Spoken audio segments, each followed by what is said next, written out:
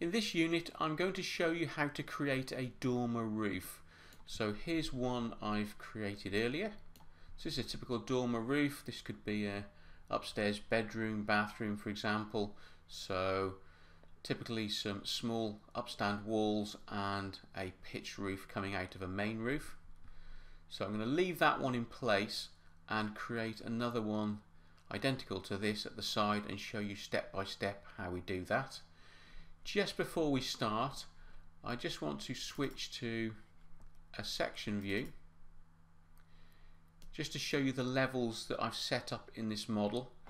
So level 1 represents the top of the main external walls. It's also the level at which the main roof springs from. I've also created a level called dormer underscore base of walls, so we can, when we're ready, we can actually create our walls at this level, our upstand infill walls to our dormer, and they go up to this next level, which also happens to be the level at which the little dormer roof springs from. So I've called that one dormer underscore base of roof. So just make sure you set up those levels in your project first before you actually start creating the dormer. So the first thing we're going to do is create the dormer walls.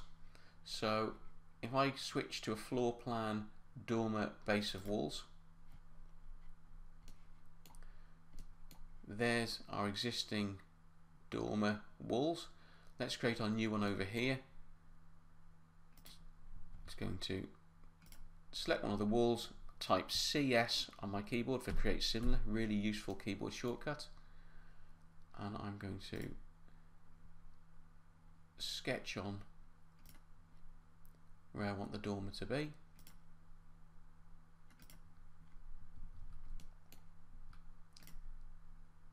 If I click one of those walls, just make sure that it's constrained up to the dormer underscore base of dormer roof level. I can now switch to the next level up, and we can use the roof by footprint tool to create the dormer roof.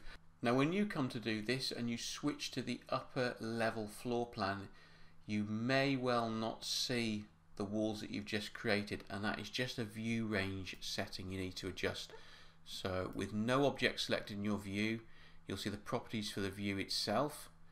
Find view range in the list, hit edit, and notice for my bottom of my primary view range I've set that to the level below.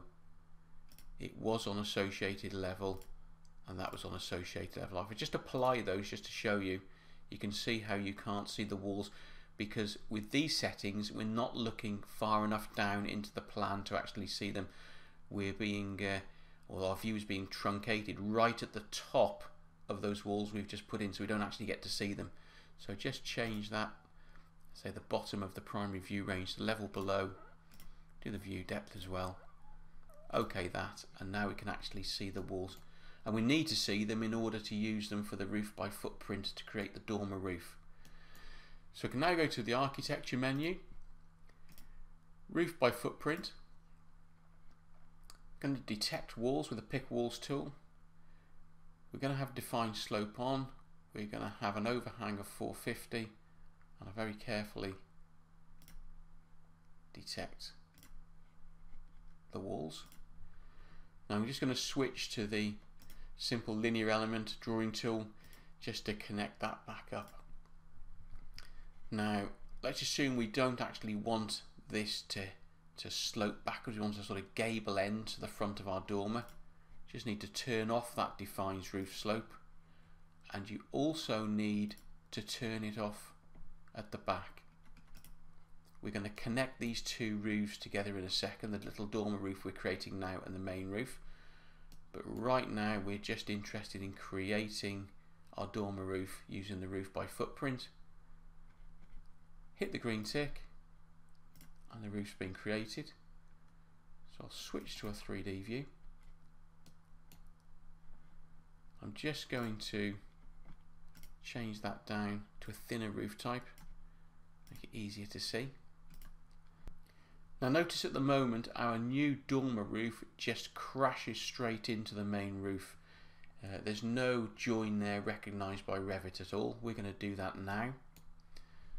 So if I just orbit the model around a little bit, you can actually just see the back of the dormer roof poking out there. Now if you go to modify, and on the geometry panel there is a tool there called join stroke unjoin roof. Select that. The first thing you need to select is a face or a line on a face of the back of the roof that you want to connect to. So I'm going to pick up this line here on the back of the new dormer roof. Revit now asks you what roof do you want to connect this to. You simply hover over. See how when my cursor gets over the main roof it detects the main roof. Click and the two roofs are joined together. Now there's an additional step. You can probably just make this out. If I zoom in and let that just settle, notice that the main roof behind just continues. Yes, our dormer roof ties in neatly in terms of its junction here, but there's no aperture created in the main roof where there should be one. We need to do that now with a separate tool. So you need to go to Architecture, and on the opening panel we have a special tool just for creating dormer openings. Now this will detect roof edges and also walls, and we're actually going to use those to generate a sketch of the opening we want in the main roof. So I'll hover over and select the main roof first, the one that we want to cut. You'll notice that Revit now goes into sketch mode and it's asking me to pick the roof and wall edges. Notice how it will detect the walls that make up the dormer. So I click on that one. It's used that wall to work out where to put a cutting line for that wall in the main roof. Do the same on the other side. Do one on the front wall. So now we've got three sides to a roof opening in the main roof. I just need to hover over and I can select the whole of the dormer roof, and it's picked up the lines there. It's one of the few instances where it does not have to be a closed loop. Revit has enough information to work out the aperture we're now trying to create in the main roof based on those elements that join onto it. All I need to do now is hit the green tick to create that opening. If I take the front wall, I can attach top and base, join that on there. Now just to show you that that aperture has worked correctly, if I select it, I'm just going to use my temporary hide and isolate to hide that element. Just going to pan around a little bit and you can see the correct opening or aperture has been cut in the main roof to make the dormer accessible. I'll just reset that temporary hide and isolate,